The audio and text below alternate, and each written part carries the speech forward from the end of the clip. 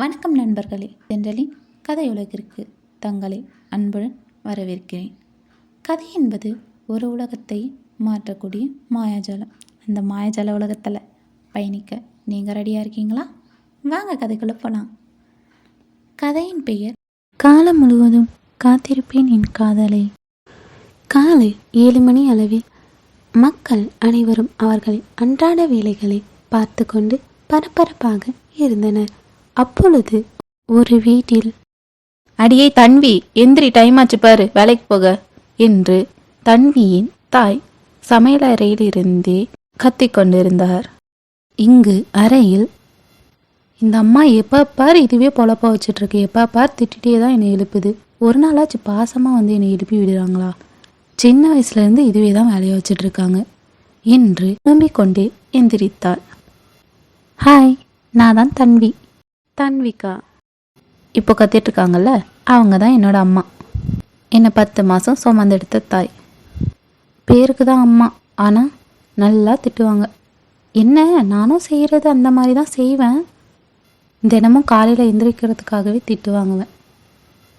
Night தூங்க போகும்போது சீக்கிரமாக எழுப்பி விடுங்கன்னு தான் சொல்லிட்டு தூங்குவேன். ஆனால் காலைல எந்திரிக்கவே மாட்டேன். அதனாலே காலையிலேருந்தே எனக்கு சுப்ரவாதம் ஆரம்பிக்கும். என்னோடய வாழ்க்கையில் ஒரு நாளும் அவங்கக்கிட்ட நான் திட்டு வாங்காமல் இருந்ததில்லை. எனக்கு அவங்கக்கிட்ட திட்டு வாங்கலைன்னா அன்றைக்கி நாள் நல்லா போகாது. அதே மாதிரி எங்கள் அம்மாவுக்கும் என்ன தெரியலைன்னா அவங்களோட நாள் நல்லா போகாது. அதே மாதிரியே வளர்ந்துட்டேன். அவங்க ஒரு நாள் என்னை திட்டலைனாலையும் நான் போய் எங்கள் அம்மாவை செக் பண்ணுவேன். அம்மா, உனக்கு ஏதாச்சும் உடம்பு சரியில்லையா, உடம்பு முடியலையா, ஃபீவர் ஆயிருக்கான்ட்டு. அம்மா சிரிச்சுட்டே அதுக்காக திட்டி விட்டுருவாங்க. என்னதான் அப்பப்போ திட்டினாலும் அவங்க என் மேலே ரொம்ப பாசம் இருக்குது அவங்களுக்கு. என்ன, அது வெளிப்படையாக காட்ட மாட்டாங்க, ஆனால் உள்ளுக்குள்ள நிறைய பாசம் இருக்கும். ஆனால் என் கூட பிறந்த தம்பின்னு ஒருத்தன் இருக்கான். அவங்கிட்ட மட்டும் எனக்கு அப்படியே ஆப்போசிட்டு. நல்லா வெளிப்படையாக காட்டுவாங்க, திட்டவே மாட்டாங்க. எவ்வளோ நேரம் வேணுமுனாலே அவன் தூங்கிக்கலாம். ஆனால் நான் மட்டும் கரெக்டாக எந்திரிக்கணும், அதுக்காகவே திட்டு வாங்குவேன். இப்போ கூட போய் பாருங்கள், அவன் ஒரு ரூமில் தூங்கிட்டு தான் இருப்பான். ஆனால் அவனை மட்டும் ஒன்றுமே சொல்ல மாட்டாங்க. கேட்டால் நீ பொம்பளை பிள்ளை, மூத்த பிள்ளை, பொறுப்பாக இருக்கணும், வேலைக்கு போகிறல அப்படின்னு வந்து ஏதாச்சும் அட்வைஸ் பண்ண ஆரம்பிச்சிருவாங்க. அதுக்காகவே நான் ஏன் தம்பியை மட்டும் தூங்க விடுறீங்க, ஏன் தம்பியை மட்டும் திட்டுறதில்லன்னு கேட்க மாட்டேன். என் தம்பின்னு சொல்லிட்டு இருக்கான்ல, அவனை பற்றி சொல்லலாம்ல, சொல்கிறாங்க. என் தம்பி பேர் தன் யாதவ். என்ன, என்னோட பேரும் என் தம்பி பேரும் ரைமிங்காக இருக்குன்னு பார்க்குறீங்களா? ஆமாம், என் அப்பாவும் அம்மாவும் 2 பேருக்கும் ஒரே மாதிரி இருக்கணுன்றதுக்காக என் பேர் தன்விகான்ட்டும் என் தம்பி பேர் தன் யாதவ்னு வச்சாங்க. இதில் இந்த பேருக்காகவும் அவன் அடிக்கடி என்கிட்ட சண்டை போடுவான் தெரியுமா? என் பேர் தன்விகான்றதுனால தான் அவனுக்கு வந்து தன் யாதவ்னு பேர் வச்சாங்க. அது என்னமோ உண்மைதான். ஆனால் உன் பேர் தன்விகான்றதுனால தான் எனக்கு இப்படி வந்துச்சு, உன் பேர் நல்லா இருந்திருந்தா எனக்கு வேறு பேர் வச்சுருப்பாங்கல்ல அப்படின்ட்டு அடிக்கடி சண்டை போடுவான். அவனுக்கு அவனோட பேர் பிடிக்கலையாம். சின்ன வயசுலலாம் நீங்கள் சொன்னால் நம்ப மாட்டீங்க, 2 பேரோட பேரும் ரைமிங்காக இருக்குன்ட்டு எவ்வளோ ஜாலியாக அவங்க ஃப்ரெண்ட்ஸ் கிட்டலாம் வந்து அரட்டை அடிச்சு திரிவான் தெரியுமா, பெருமை வேறு பேசிப்பான். ஆனால் இப்போது வளர்ந்த பின்னாடி உன் பேர் இருக்கிறதுனால தான் என் பேர்லேயும் வந்து தன் வருது, எனக்கு இது பிடிக்கவே இல்லை, என்னோடது மாடர்னாகவே இல்லைன்னு சொல்லுவான். நீங்களே சொல்லுங்கள், தன் யாதவ் நல்லா தானே இருக்குது. 2 பேரோட பேரும் ஒரே மாதிரி இருக்கிறதுனால 2 பேரும் ட்வின்ஸாக நல்லா கேட்டுறாதீங்க. நாங்கள் 2 பேரும் ட்வின்ஸ் கிடையாது.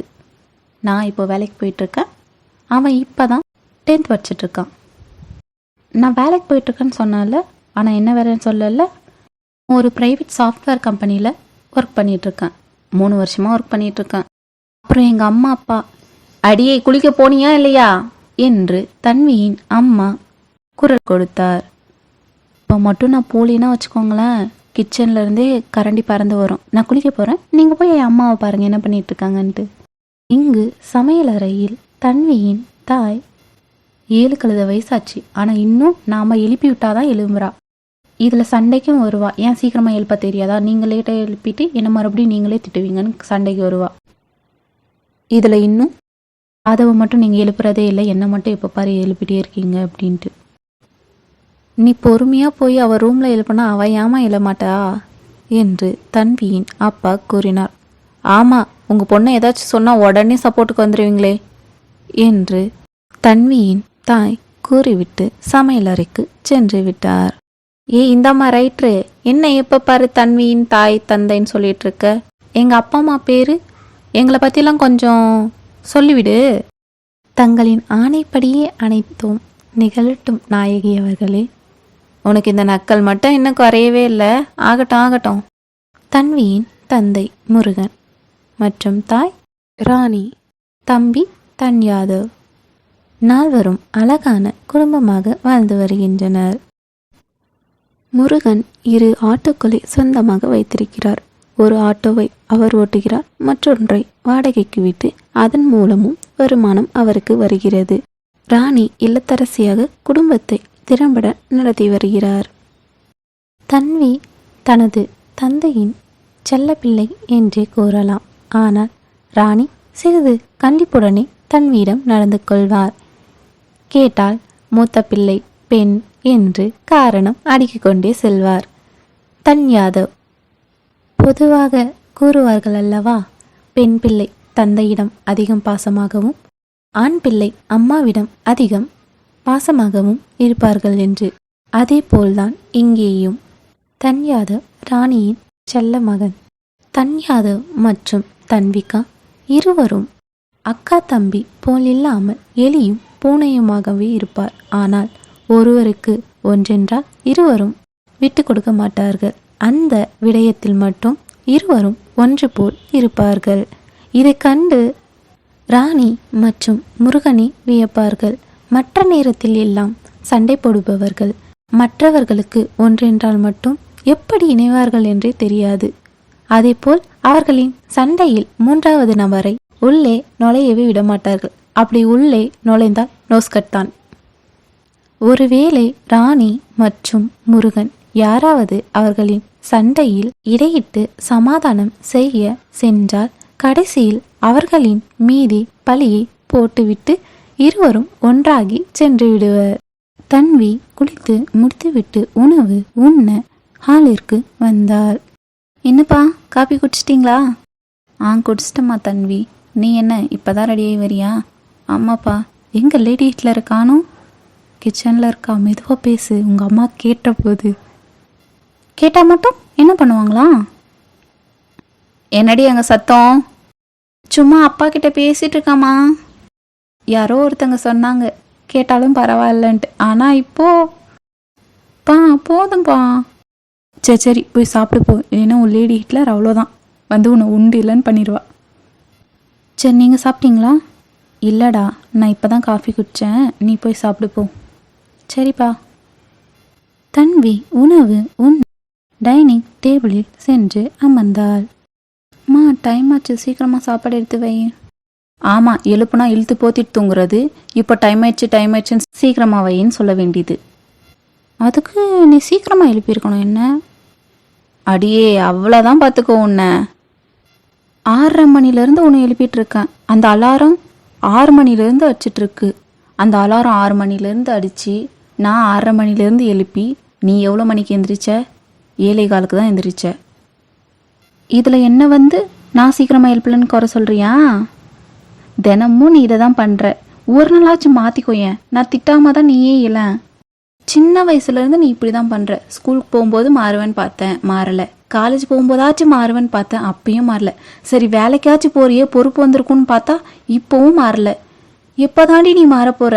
எப்போ தான் சீக்கிரமாக எந்திரிப்ப என்னை எழுப்ப விடாமல்? அதையெல்லாம் மாறினா தன்வியே கிடையாதுமா.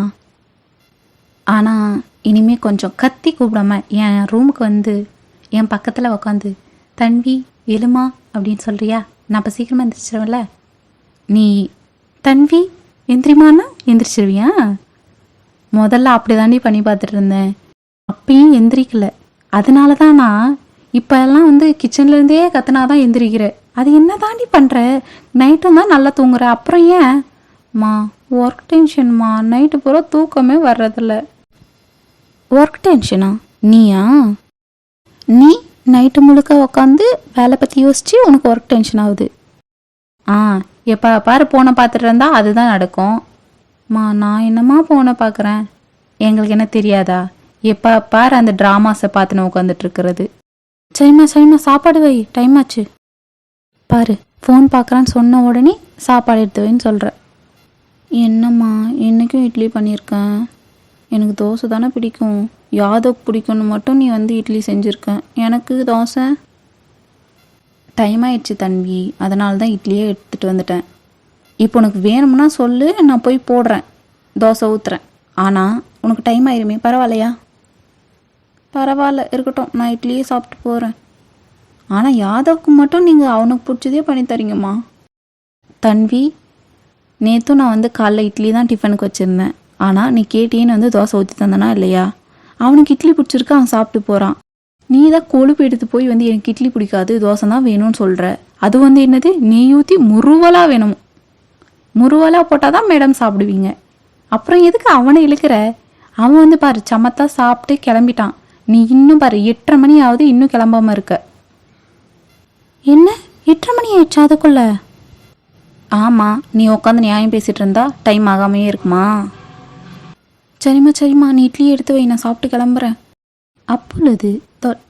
அப்பொழுது தன்வியின் தொலைபேசி சினிங்கியது.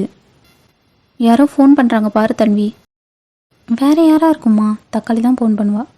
அது என்னடி தக்காளி? அதை சின்ன வயசுலேருந்து அப்படியே கூப்பிட்டு பழகிடுச்சேம்மா. அந்த பிள்ளையும் பாரு உன்னை ஒன்றுமே சொல்லாமல் கூப்பிட வச்சிட்ருக்கா. அவள் ஏன் தக்காளிம்மா? என்ன சொல்லுவா என்ன போய்? இருமா, தக்காளி கிட்ட பேசிடுறேன். இல்லைன்னா ஃபோன் எடுக்கலைன்னா வச்சுக்கோ, ஏன் அவ்வளோதான். ஏன் ஃபோன் எடுக்காமல் என்ன பண்ணிட்டு இருந்தேன்னு கேட்பா என்ன. ஹலோ, சொல்லு தக்காளி.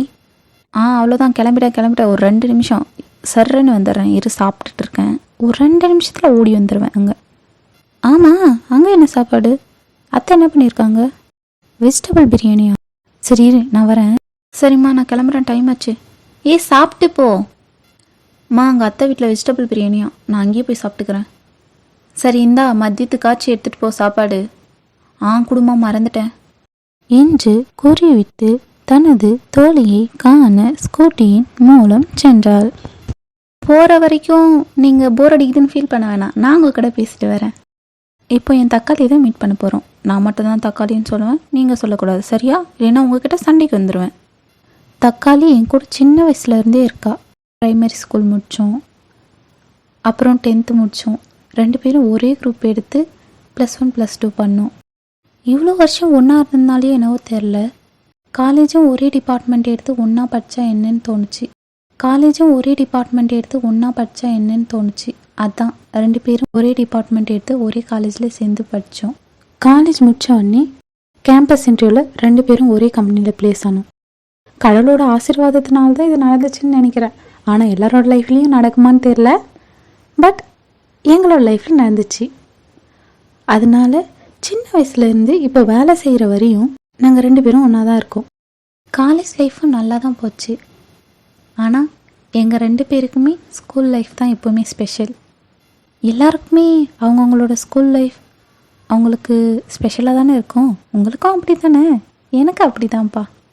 அவளை பற்றி எனக்கு எல்லாமே தெரியும், என்னை பற்றியும் அவளுக்கு எல்லாமே தெரியும். என் அம்மாவுக்கு அடுத்தபடி என் தக்காளி தான். நீங்கள் வேறு எதையும் யோசிக்க வேணாம், திட்டத்தில் சொன்னேன். காலையில் சீக்கிரமாக எழுந்திரிக்கலன்னு அம்மா கிட்ட திட்டு வாங்குவேன். இங்கே வேலைக்கு போகிறதுக்கு சீக்கிரமாக வரலன்னு இவ திட்டுவா. அவ்வளோதான் டிஃப்ரெண்ட். ஆனால் 2 பேரும் உள்ளுக்குள்ளே நிறைய பாசம் வச்சுருப்பாங்க என் மேலே. என்ன தக்காளி கொஞ்சம் அதிகமாகவே வெளியே காட்டுவா, அம்மா கொஞ்சம் அப்பப்போ வெளியே வரும். சரி வாங்க சீக்கிரம் போகலாம், இல்லைன்னா அதுக்கும் சேர்த்து திட்டுவா. தன்வி அவளது தோழியின் வீட்டை அடைந்ததும் ஸ்கூட்டியை வெளியே நிறுத்திவிட்டு உள்ளே சென்றாள். தன்வி, உனக்கு வர இவ்வளோ நேரமா? எவ்வளோ நேரத்துலேருந்து வெயிட் பண்ணுறது? சாரிடி தக்காளி, லேட் ஆயிடுச்சு. ஆமாம், நீ எப்போ தான் சீக்கிரமாக வந்திருக்க, உனக்கு லேட் ஆகாமல் இருக்க. சாரிடி பட்டு, கோச்சிக்காத. ஆமாம், நீ தினமும் கொஞ்சம் போதும், வா கிளம்பலாம். தக்காளி, நான் தான் சாப்பிட்லன்னு சொன்னேனே. சரி போய் சாப்பிட்டு சீக்கிரம் வாப்போம், டைம் ஆச்சு. 2 minutes தக்காளி, சாப்பிட்டு வந்துடுறேன். அத்தை வாடா தன்வி. அத்தை ரொம்ப பசிக்குது, சீக்கிரமாக சாப்பாடு போடுறீங்களா? நீங்கள் சாப்பாடு போட்டிங்கன்னா சாப்பிட்டு கிளம்பும் சீக்கிரம். அங்கே பாருங்க, தக்காளி வேறு கோவமாக இருக்கா, சீக்கிரம் வாங்க. நீ மெதுவாக போய் அம்மாவுக்கு அதை கடிச்சா எனக்கு கேட்காதுன்னு நினச்சியா? சீக்கிரமாக சாப்பிட்டு வா, போகலாம். அத்தை பாருங்க அத்தை, சாப்பிட கூட விட மாட்டேங்கிறா. மீரா, இருமா சாப்பிட்டுக்கிட்டோம் அவ. நீ சைலண்டாக இருமா. அவள் பாருங்க வந்ததே லேட்டு, இதில் வேற உங்களை சப்போர்ட்டுக்கு இழுக்கிறா. எப்போ பாரு நீங்களும் அவளுக்கு சப்போர்ட் பண்ணிகிட்ருக்குங்க. சாப்பிட்டு போகிறதுனால ஒன்றும் குறைஞ்சிட மாட்டேன். ஒரு 5 நிமிஷம் லேட்டாக போனால் ஒன்றும் தப்பில்லை. நீ சாப்பிட்ட தானே, அவளும் சாப்பிட்டேன் இரு. ஆமாம், நீங்கள் எப்போ பாரு அவளுக்கு தானே சப்போர்ட் பண்ணுவீங்க. பண்ணுங்க பண்ணுங்க. எனக்கு எப்போவுமே என் ராணியத்தை தான் பெஸ்ட்டு. ஆனால் எனக்கு எப்போவுமே என் சுந்தரி தான் பெஸ்ட்டு. பார்த்தியா அப்படியே போகிற போக்கில் வந்து உன் பேரை சொல்லி கூப்பிடுறா சுந்தரின்ட்டு. அதை நீ சொல்லி காட்டுறன்ற பேரில் என் பேரை சொல்லிட்டல்ல. அவள் சொன்னால் நீ எதுவுமே கேட்க மாட்டேங்கிற. நான் சொன்னால் மட்டும் அப்படியே வரைஞ்சிக்கிட்டு வர சண்டைக்கு. அவன் என் செல்ல பிள்ளை. அப்புறம் நான் யாரா? நீ தானம்மா என்னை பெத்த? ஆமாம், நான் தான் பெத்தேன். அதில் என்ன உனக்கு டவுட்டு? நீ செய்கிறதெல்லாம் பார்த்தா என்னை பெத்த மாதிரி தெரியலம்மா. எங்கேருந்தோ என்னை தூக்கிட்டு வந்து வளர்க்குற மாதிரி தெரியுது. ஆமாம், உன்னை குப்பைத்தொட்டிலேருந்து தான் தூக்கிட்டு வந்தாங்க. அதுவும் என் வீட்டு பக்கத்தில் இருக்கிற குப்பைத்தொட்டிலேருந்து தான் தூக்கிட்டு வந்தாங்க. அதனால தான் என் அம்மாவுக்கு அதான் உன் ராணியத்தைக்கு உண்மையில அதிக பாசம். பாருமா எப்படி கிண்டல் பண்ணுறான்ட்டு. தன்விமா, உனக்கு எப்படி தெரிஞ்சிச்சு இது? நீயுமா? போங்க, நான் இந்த வீட்டை விட்டே போகிறேன். நான் ராணியத்தை வீட்டுக்கே போகிறேன். கிளம்பு கிளம்பு, காத்து வரட்டும். பாருமா, இவ ரொம்ப கிண்டல் பண்ணுறாமா என்ன? ஆமாம், இப்போ என்கிட்ட வந்து சண்டைக்கு பஞ்சாயத்து பண்ண சொல்லி நிற்பேன். அதுக்கப்புறம் நான் ஏதாச்சும் வந்து சொல்லணும்னா எங்கள் 2 பேருக்குள்ளே எதுக்காக நீ வர? என் தன்வியமா என்னை எது வேணாலும் சொல்லுவா. நீ எதுக்காக நடுவில் வர அப்படின்னு கேட்ப. எதுக்குமா, நீங்கள் 2 பேரே பார்த்துக்கோங்க என்று சுந்தரி சமையலறைக்கு சென்று விட்டார். சாரடி தக்காளி, கோச்சிக்காத. இந்தா சாப்பிட்றியா? வா, நான் உனக்கு ஊட்டி விட்டுறேன். எனக்கெல்லாம் வேணாம். நீ சாப்பிட்டியா? சாப்பிட்ட. நீ வயிறு ஃபுல்லாக சாப்பிட்டேன். ஏன் ஃபுல்லாகாது? சாப்பிட்டதோட சேர்த்து என்னை கலாய்க்கவும் செஞ்சல, அப்புறம் ஃபுல்லாகாமல்? கோச்சிக்காத தக்காளி, இது என்னமோ புதுசாக நடக்கிற மாதிரி சொல்கிற. தினமும் நடக்கிறது தானே. நீ என்னை திட்டுறதும் நான் உன்னை கலாய்க்கிறதும் நீ அதுக்கு காலை வர்றதும் எல்லாம் சகஜம் தானே. சரி போலாமா? போலாண்டி பட்டு. தன்வி, நீ வண்டி ஓட்டுறியா இல்லை நான் வண்டி ஓட்டுமா? நானே ஓட்டுறேனே. சரி போலாமா? அத்தை பாய், போயிட்டு வரேன். போயிட்டு வரேம்மா, பாய். 2 பேரும் பார்த்து பத்திரமா போயிட்டு வாங்க. தன்வி மற்றும் மீரா சுந்தரியிடம் கூறிவிட்டு இருவரும் வேலைக்கு செல்ல கிளம்பினர். தன்வி, சொல்லு தக்காளி. ஏண்டி இன்னும் நீ இந்த தக்காளியை விடவே இல்லை? அது ஸ்கூல்லேருந்து பழகிடுச்சு தக்காளி. நீ ஸ்கூலில் இருக்கும்போது கொழுக்கு முழுக்கும் நல்லா குண்டாக இருப்ப. அப்புறம் உன்னை கிள்ளுனாவே வந்து முகம் பூரா செவவாக மாறிடும். அதனால தான் உனக்கு தக்காளின்னு வச்சேன். ஆனால் இப்போ பாரு, சைக்கிள் டயரில் காற்று பிடிங்கி விட்ட மாதிரி இருக்க. ஏண்டி இப்போ நான் ஒல்லியாக இருக்கிறது உனக்கு பிடிக்கலையா? எனக்கு பிடிக்கலப்பா. அந்த ஸ்கூல் படிக்கும்போது என் கூட வந்து கொழுக்கு முழுக்குன்னு நல்லா இருந்துச்சு தக்காளி. அது உன்னை ஹக் பண்ணால் கூட வந்து நல்லா அப்படியே வந்து புசு புசுன்னு இருப்ப. ஆனால் இப்போ பாரு, நான் சொல்கிறேன், நீ சைக்கிள் டயர் பஞ்சர் ஆன மாதிரி கிடக்கிற. சரி, என் கதெல்லாம் இருக்கட்டும். 3 மாதமாக அத்தை வந்து காதில் ஓதிட்டுருக்காங்களே சுப்ரவாதம், அது இன்னைக்கு ஓதலையா? அதை ஏன் கேட்குற? எனக்கு என்ன நினச்சி தெரியுமா? ஏன்டி மேலே பார்க்குற? அது ஃப்ளாஷ்பேக்கில் மேலே தான் பார்க்கணும். நீ ரோட்டை பார்த்து வண்டி ஓட்டாமல் மேலே பார்த்தீங்கன்னா வச்சுக்கோயேன், நாம் ஒரே அடியாக மேலே போக வேண்டியதுதான். என்ன தக்காளி இப்படி சொல்கிற? உன் வாயில் நல்ல வார்த்தையே வராதா? நான் நல்லா தான் பேசுவேன். நீ அதுக்கு நல்லதாக பண்ணாதான் நல்லா பேச முடியும். பின்ன ஃப்ளாஷ்பேக் சொல்கிறேன்ட்டு மேலே பார்த்தா வண்டி யார் ஓட்டுவா? சரி, நீ மேலெல்லாம் பார்க்க வேணாம். நான் சொல்கிறேன், அப்படியே நீ கேட்டு வா. சரி சொல்லு, என்ன நடந்துச்சு? இன்னைக்கு காலைல அம்மா வந்து இட்லி தான் செஞ்சுருந்தாங்க. நான் தோசை கேட்டுட்டு இருந்தேன். இப்போ நான் அத்தை என்ன செஞ்சாங்க, நீ என்ன கேட்டனாலாம் கேட்கவே இல்லையே. என்ன நடந்துச்சுன்னு தான் கேட்டேன். தக்காளி, சொல்ல விட. நான் முழுசாக என்ன சொல்ல வரேன்றதுக்குள்ளேயே நீ மறுபடியும் பேசினா நான் எப்படி சொல்ல முடியும்? சொல்லு நீயே. சரி, குறுக்க பேச மாட்டேன், நீயே சொல்லு. தன்விமா, என்ன இந்த அம்மா என்னைக்கும் இல்லாமல் வேலைக்கு போகும்போது பாசமாக கூப்பிட்டது, இதில் ஏதோ வில்லங்க இருக்கும். உஷாராயிரு தன்வி. தன்வி, உன்னை தான். என்னம்மா சொல்லுமா. நான் கூப்பிட்டா நீ பாட்டுக்கு உக்காந்துட்ருக்கான். அதெல்லாம் ஒன்றும் இல்லைம்மா, சொல்லுமா. அது வந்து சொல்லு. 1 மாதத்துலேருந்து ஒன்றை தாண்டி சொல்லிகிட்ருக்கேன். அந்த ஃபோட்டோவை பார்த்துட்டு ஓகே தான் சொல்ல. எந்த ஃபோட்டோமா? தெரியாத மாதிரி பேசாத தன்வி. இல்லைம்மா, நீங்கள் சொன்னால் தானே தெரியும் என்ன ஃபோட்டோன்ட்டு. ஒரு மாதத்துக்கு முன்னாடியே உன் ஃபோட்டோவை பார்த்து பிடிச்சி போய் ஒருத்தங்க கேட்டாங்கன்னு நான் சொல்லலை உன்கிட்ட? ஆமாம் சொன்னேன். அதை தாண்டி சொல்கிறேன். நான் தான் ஏற்கனவே சொன்னேனே, எனக்கு இப்போல்லாம் கல்யாணத்தில் விருப்பம் இல்லை. நீ ஃபோட்டோவையே பார்க்காம விருப்பம் இல்லைன்னு சொன்னால் எப்படி தன்வி? எனக்கு கல்யாணம் பிடிச்சிருந்தா நான் ஃபோட்டோ பார்க்கலாம். எனக்கு தான் கல்யாணமே பிடிக்கலன்னு சொல்கிறேனே, அப்புறம் நான் எதுக்காக ஃபோட்டோ பார்க்கணும்? சும்மா ஒரு முறையாவது பார்த்துட்டு சொல்லேன். நான் வேலை முடிச்சுட்டு வந்து இதை பற்றி பேசுகிறேன், இப்போ டைம் ஆச்சு. அதுக்கப்புறம் எங்கள் அம்மா ஏதோ சொல்ல வந்தாங்க, ஆனால் அதுக்குள்ளே என் ஃபோன் அடிச்சிச்சு. யார் ஃபோன் பண்ணாங்க? யார் ஒன்று அதிலேருந்து காப்பாற்றினது? கடவுள் மாதிரி வந்து நீ தான் காப்பாற்றின தக்காளி. வேறு யார் என்னை காப்பாற்றுவா? ஓ, நான் தான் கால் பண்ணேனா? சே, இது தெரிஞ்சிருந்தா நான் கால் பண்ணாமல் இருந்திருப்பேனே. தக்காளி, சரி விடு தன்வி, சும்மா சொன்னேன். ஆமாம், அத்தையும் தான் 3 மாதமாக உனக்கு கல்யாணத்தை பற்றி பேசிகிட்டு இருக்காங்க. அதில் 1 மாதமாக ஒரே ஃபோட்டோவே எடுத்துகிட்டு வந்து அதை பற்றியே பேசிகிட்டு இருக்காங்கன்னா, சும்மா நீ ஒரு முறை அந்த ஃபோட்டோவாச்சு பார்க்கலாம்ல. உனக்கு தெரியாத தக்காளி, நான் எதுக்காக வந்து இந்த கல்யாணத்தை தள்ளி போடுறேன்ட்டு.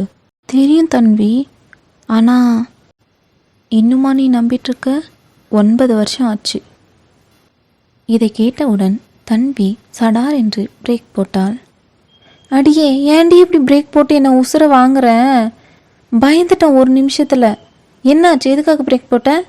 ஒரு நிமிடம் தன்வி எதுவும் பேசவில்லை.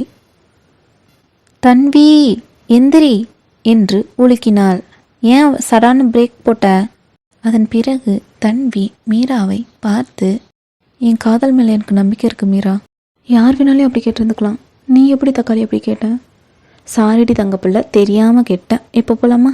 தன்வி அப்பொழுதும் முகத்தை சோகமாகவே வைத்திருந்தாள். தன்வி குட்டி, நீ வேணா பாரு, உன் காதல் உன்னை வந்து சேரும். இது என்னோட சத்தியம். உன் காதல் உன்னை வந்து சேரலன்னு வச்சுக்கோயேன், நான் பிடிச்சி இழுத்துட்டு வந்தாச்சும் உன்கிட்ட கொடுத்துறேன், சரியா? இதை கேட்டவுடன் தன்வி மெலிதாக சிரித்தாள். அப்பாடா, சிரிச்சிட்டியா? போலாமா? டைம் ஆச்சு. இல்லைன்னா அந்த மேனேஜர் அவ்வளோதான் நம்மளை கொத்து பரோட்டா மாதிரி கொத்தி விட்டுருவாங்க. போலாமா? போகலாம் என்று கூறிவிட்டு தன்வி தனது வண்டியை இயக்கினாள். இவ்வாறு பேசிக்கொண்டே இருவரும் அவர்களின் அலுவலகத்தை சென்றடைந்தனர். தக்காளி, மேனேஜர் வந்துட்டு இருப்பாருன்னு நினைக்கிற? 100% வந்திருப்பாரு. சும்மா பேச்சு காய்ச்சி வந்திருக்க மாட்டாருன்னு சொல்லேங்க. இந்த மீரா எப்போவுமே போய் பேச மாட்டா. டைலாக்கை மாற்றி பேசுகிற. இந்த மீரா எப்பொழுதும் உண்மையை பேசவே மாட்டாள். இதுதான் உண்மை. லூசு பேசிகிட்டு இருக்காத, வா, டைம் ஆச்சு, போகலாம். போகலாம். மீரா தன்வியின் கையை பிடித்து இழுத்து கொண்டு சென்று கொண்டிருந்தாள். தக்காளி, என்னாச்சு இப்போ? சாவி வண்டியிலே இருக்கு. அடி, போய் எடுத்துட்டு வா, போடி, டைம் ஆச்சு. தக்காளி, வண்டி ஓட்டிட்டு வந்ததுனால கால் வலிக்குது, நீயே போய் எடுத்துகிட்டு வந்துடுறேன். ஐயோ, ஊர் உலகத்தில் 1008 ஃப்ரெண்ட்ஸ் வச்சுட்டு எல்லாருமே சந்தோஷமாக இருக்காங்க. நான் ஒரே ஒரு ஃப்ரெண்டை வச்சுட்டு இவ படுத்துகிற பாட்டில், ஐயோ, இருடி, நானே போய் எடுத்துகிட்டு வரேன். ஐயோ பாவம், தக்காளிக்கு முத்திருச்சு போல. உன் கூட இருந்தால் முத்தாமல் இலசாவாக இருக்கும். இருடி, நான் சாவி எடுத்துகிட்டு வந்து உங்ககிட்ட பேசிக்கிறேன். இவன் மட்டும் எப்படி நம்ம எவ்வளோ மெதுவாக பேசினாலையும் காதில் வாங்கிக்கிறா? ஒருவேளை மைண்ட் ரீடிங் பவர் இருக்குமோ? ஒரு அளவு பவரும் இல்லை. வா, சீக்கிரமாக போவோம். சரி தக்காளி, நடப்போலாம். வரும் மெதுவாக நுழைந்தனர்.